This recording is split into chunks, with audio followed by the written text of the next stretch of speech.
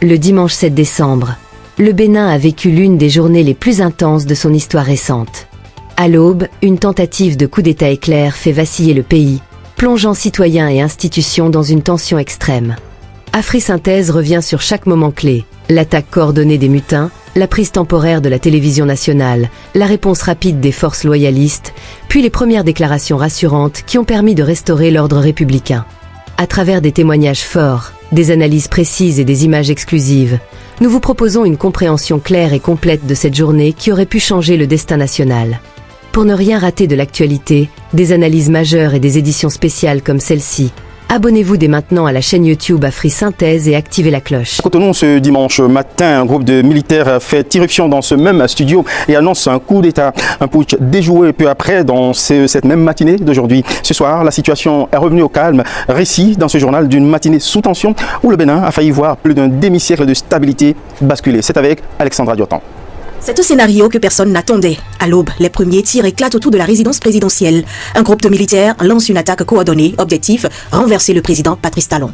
La réaction des forces loyalistes est immédiate. Des unités d'élite sont déployées, les axes stratégiques verrouillés et le ciel quadrillé par les hélicoptères.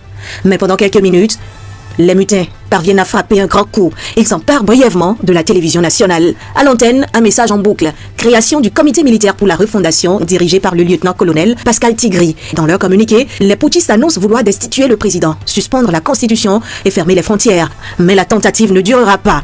Avant 9h30, la résidence présidentielle est entièrement sécurisée. Et selon plusieurs sources sécuritaires, une douzaine de militaires impliqués dans le putsch sont arrêtés. La situation est sous contrôle. L'ordre républicain a été rétabli, déclare en direct le ministre de l'Intérieur. Le calme est désormais de retour à Cotonou, même si les forces armées poursuivent leurs opérations de sécurisation. Une enquête est ouverte pour déterminer l'ampleur précise de cette tentative de coup de force et identifier les éventuels soutiens dont auraient bénéficié les mutins. Merci Alessandra Diotan, vous l'avez indiqué, l'occupation de ce studio par les militaires subversifs n'aura duré que quelques heures. Dans la même matinée, le ministre de l'Intérieur et de la Sécurité publique est venu ici, même sur ce plateau occupé par les assaillants, un peu plus tôt, annoncer la reprise du contrôle de l'ordre républicain. On écoute ici le ministre Alassane Seydou.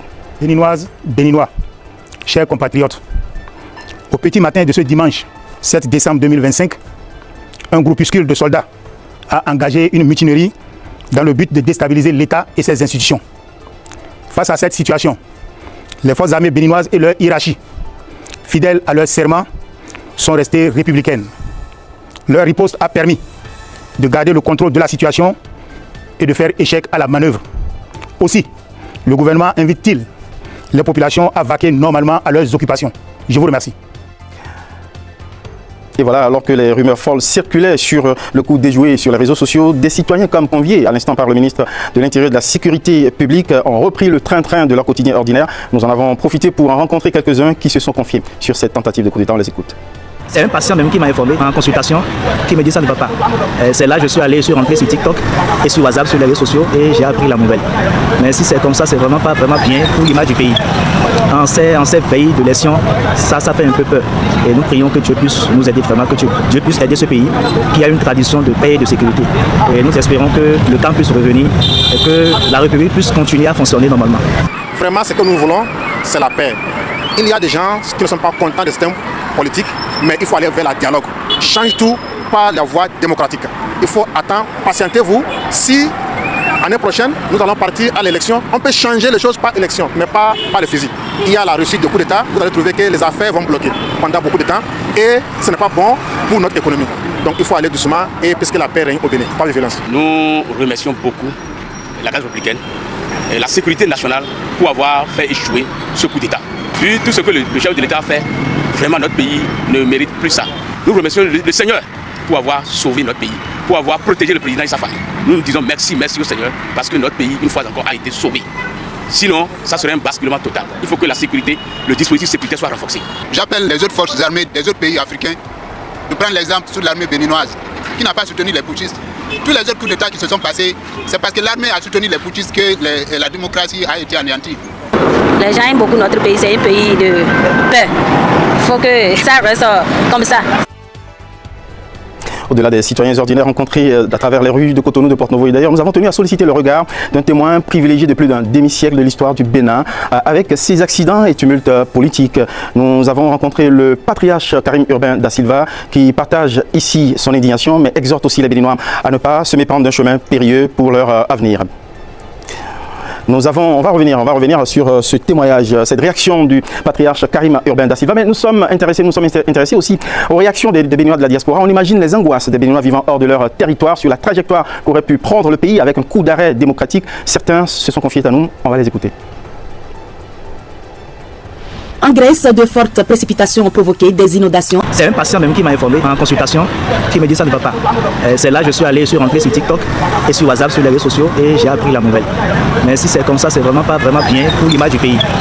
En ces pays de l'élection, ça fait un peu peur. Et nous prions que Dieu puisse nous aider vraiment, que Dieu puisse aider ce pays qui a une tradition de paix et de sécurité.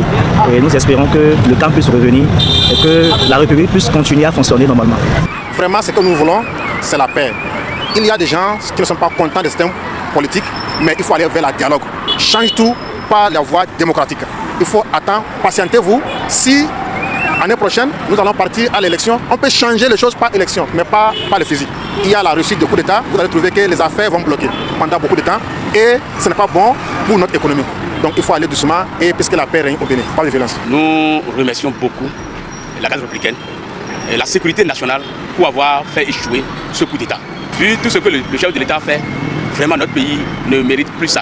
Nous remercions le Seigneur pour avoir sauvé notre pays, pour avoir protégé le président et sa famille. Nous nous disons merci au Seigneur parce que notre pays, une fois encore, a été sauvé.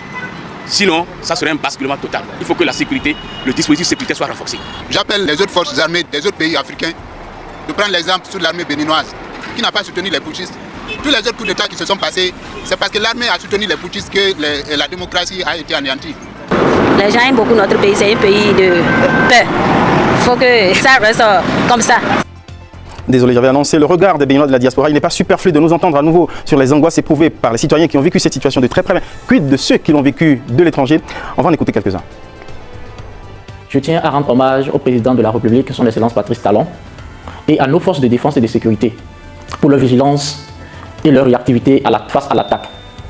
La communauté béninoise à Malabo, en République de Guinée équatoriale, nous allons retrouver nos compatriotes de l'extérieur. Ça, c'est ce qu'on appelle dans notre métier un breaking news. C'est une information qui vient de nous parvenir. Le chef de l'État s'apprête à faire une déclaration sur la situation vécue par les citoyens ce matin dans ce studio. Il s'apprête à se rendre dans ses bureaux à partir desquels il va bien faire cette déclaration qu'on va suivre de très près.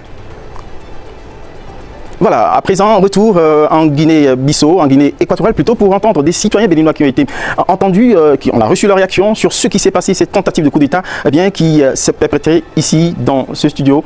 On va pouvoir les entendre, sinon à défaut peut-être aller directement au palais de la prison si justement, voilà, l'information que je reçois, voilà, justement, le chef de l'État qui s'apprête, nous sommes en direct, désolé pour les petits couacs, si ce sont les contraintes du live, nous ne voulons pas vous faire rater cet instant, c'est un moment grave où le chef de l'État a décidé de s'adresser à ses citoyens, mais pas que à la communauté internationale, pour partager avec nous son regard sur ce qui s'est passé et sans doute nous dire ce qui va advenir par la suite. Le chef de l'État qu'on suit à la trace à travers les couloirs de la présidence et qui va se diriger vers son bureau où l'attendent nos caméras pour capter les moindres instants de ces déclarations. Une déclaration sans doute très importante à ce moment clé, un moment d'enjeu pour l'avenir, le présent et l'avenir du Bénin. On va retrouver donc le chef de l'État dans un instant pour entendre sa déclaration qu'il a tenu à partager avec le peuple béninois, mais également avec la communauté internationale au soir de cette tentative manquée de coup d'État dans ce studio même qui a été repris aux mains des mutins.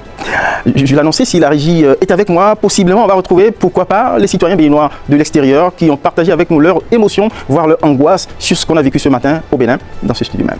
À rendre hommage au président de la République, son Excellence Patrice Talon, et à nos forces de défense et de sécurité pour leur vigilance et leur réactivité face à l'attaque. La communauté béninoise à Malabo, en République de Guinée équatoriale, s'indigne et porte son soutien ferme au vaillant peuple béninois dans cette épreuve regrettable. Face à la situation, restons unis, solidaires et déterminés pour préserver la paix, la stabilité démocratique et le développement durable de notre pays, le Bénin. retour au Bénin pour entendre des leaders de partis, des partis politiques qui se sont prononcés aussi. Ils n'ont sans doute pas du tout cherché à garder le silence sur cette situation très grave. On va d'abord partager avec vous la réaction du parti UPR qui indique que notre héroïque armée a mis fin ce dimanche 7 décembre 2025 à une ville tentative d'atteinte à la sûreté de l'État. Les assaillants ont été neutralisés. Les enquêtes sont en cours pour arrêter leurs commanditaires et leurs complices présumés. En ce moment crucial pour la défense des valeurs républicaines et la préservation de notre démocratie, l'Union progressiste Le Renouveau condamne avec la plus grande fermeté cette manœuvre visant à remettre en cause le processus irréversible de développement de notre pays, réaffirme son soutien total au président de la République, chef suprême des armées, ainsi qu'à l'ensemble des forces de défense et de sécurité pour leur action héroïque et salutaire, dit le communiqué de l'UPR, et qui appelle chaque citoyen à une vigilance patriotique renforcée et à une coopération active avec les forces de défense et de sécurité pour garantir l'ordre et la paix. L'Union progressiste Le Renouveau réitère son engagement indéfectible pour la stabilité, la sécurité et le progrès de notre nation. Ce communiqué qui a été signé aujourd'hui même est partagé avec notre rédaction. On va écouter aussi une autre leader politique. Il s'agit de Madame Claudine Prudencio, présidente de la Renaissance nationale. On l'écoute tout de suite. Un acte grave, rapidement maîtrisé, mais qui nous rappelle que la paix et la stabilité exigent vigilance, engagement et fidélité à nos institutions. Ce qui s'est passé n'a pas ébranlé la République. Au contraire, cet événement a révélé la solidité de nos forces de sécurité, la réactivité de nos institutions et la maturité d'un peuple profondément attaché à la paix et à l'ordre républicain. Le Bénin a montré, dès les premières heures de cette épreuve, qu'il demeure un pays debout. Cette journée du dimanche 7 décembre restera gravée comme un rappel puissant de la fragilité de la paix et de la force des institutions béninoises. Grâce au sang-froid des forces républicaines et à la résilience de la population, le pays a su éviter le chaos et préserver sa stabilité. AfriSynthèse continuera à suivre de près les suites de cette tentative avortée, les enquêtes en cours et les implications politiques et sécuritaires pour les jours à venir. Restez connectés, d'autres analyses, témoignages et mises à jour exclusives arrivent très bientôt. Si ce décryptage vous a été utile, n'oubliez pas de vous abonner à la chaîne YouTube AfriSynthèse, de liker et de partager la vidéo. Activez également la cloche pour recevoir toutes nos prochaines éditions spéciales en temps réel.